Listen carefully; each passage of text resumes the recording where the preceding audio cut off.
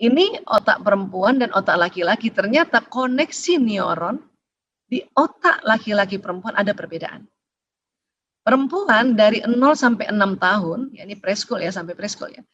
Otak kiri dan kanannya tersambungnya seimbang antara otak analisa, otak sintesa, dan otak kreativitas. Dan otak rileksnya seimbang. Tapi laki-laki, otak kanannya tersambung duluan. Lebih banyak dibanding otak kanannya perempuan. Dan kirinya laki-laki ya masih tersambung sedikit dibanding otak perempuan. Jadi laki-laki ini sambungannya itu ada perbedaan yang signifikan ini, ekstrim malah. Kalau bahasa kita jomplang gitu ya. Dan ingat otak kanan atau otak apa? Otak bermain, otak rileks, otak ya imajinasi, otak intuisi. Anak laki-laki ya main aja kerjanya kan. Kadang-kadang imajinasinya itu ya terstimulasi. Habis diajak nonton Batman, pulang jadi Batman tuh Bun. Habis nonton Spiderman, pulang jadi Spiderman. Tapi kalau kita ajak juga nonton ya, misalnya kita nonton Umar bin Khattab, pulang jadi Umar bin Khattab. Laki-laki imajinasinya kuat sekali, Masya Allah. Makanya kalau mau mengajarkan anak laki-laki membaca di usia ini atau anak perempuan ini agak ada perbedaan. Perempuan pakai kertas saja, bunda tulis B-O-B-O al-ala bola, I B-U-Bu ibu, udah ngerti. Karena otak kiri kanannya seimbang. Laki-laki bunda suruh bajak duduk manis, suruh pegang buku, cuma ada tulisan B-O-B-O al-ala bola, nggak ada gambarnya, nggak ngerti dia. Kadang udah ada gambarnya aja dia masih belum ngerti apa sih. Maka lebih baik beli bolanya langsung, beli bolanya, tulis-tulisan yang besar tempel di bola itu. Itu ngerti cepat. Ya.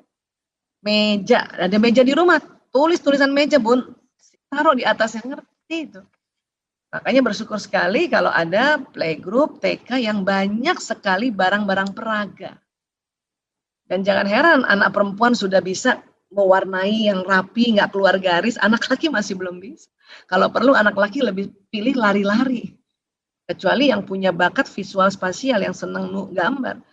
Terus 6 sampai 12 apa yang terjadi Bu Aisyah? Ya, anak perempuan kiri kanannya seimbang. Masih. Laki-laki masih kanan, tapi kiri udah mulai. Makanya dikatakan anak laki-laki siap belajar membaca, berhitung, yang analisa, ya itu 6 tahun ke atas. Kalau ada sekolah yang bikin peraturan masuk SD 7 tahun, itu menyelamatkan anak laki-laki. Kalau kurikulum SD yang sekarang masih banyaknya analisa. Kalau anak perempuan itu 6 tahun aja udah jauh. Cuma kan nggak bisa sekolah pilih-pilih kan. Atau ada sekolah yang sudah banyak belajar gini, kalau ada orang tua maksa, anak saya Bu, baru ya udah 6 tahun lebih lah Bu. Kalau anak perempuan dia terima. Tapi kalau anak laki ya ini sebentar lagi 6 tahun, aduh kasihan nanti keteteran. Bundanya yang dampingin anak laki belajar kerjain PR malah bisa panik ini. Karena kalau kurikulumnya seperti zaman saya dulu, ya mungkin ya 5 tahun, 6 tahun masuk SD masih bisa gitu. Tapi kalau kurikulumnya analisa lebih banyak, maka itu dikuasai oleh anak perempuan. Umur 12 sampai 18 ya, anak perempuan tetap kiri kanan seimbang. Laki-laki masih dominan kanan, tapi kirinya udah mulai. Makanya SMP sudah bisa tuh diajak analisa-analisa. Walaupun analisanya habis nganalisa dia bermain lagi. Gitu.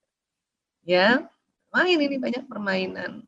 Ya, makanya edukasi yang melibatkan permainan itu disenangi oleh anak laki-laki.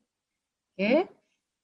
Kemudian kapan anak laki-laki otak kiri kanannya seimbang? Nanti setelah di atas 18 tahun. 20 tahunan tuh baru. Antara analisa dengan kreativitasnya itu seimbang.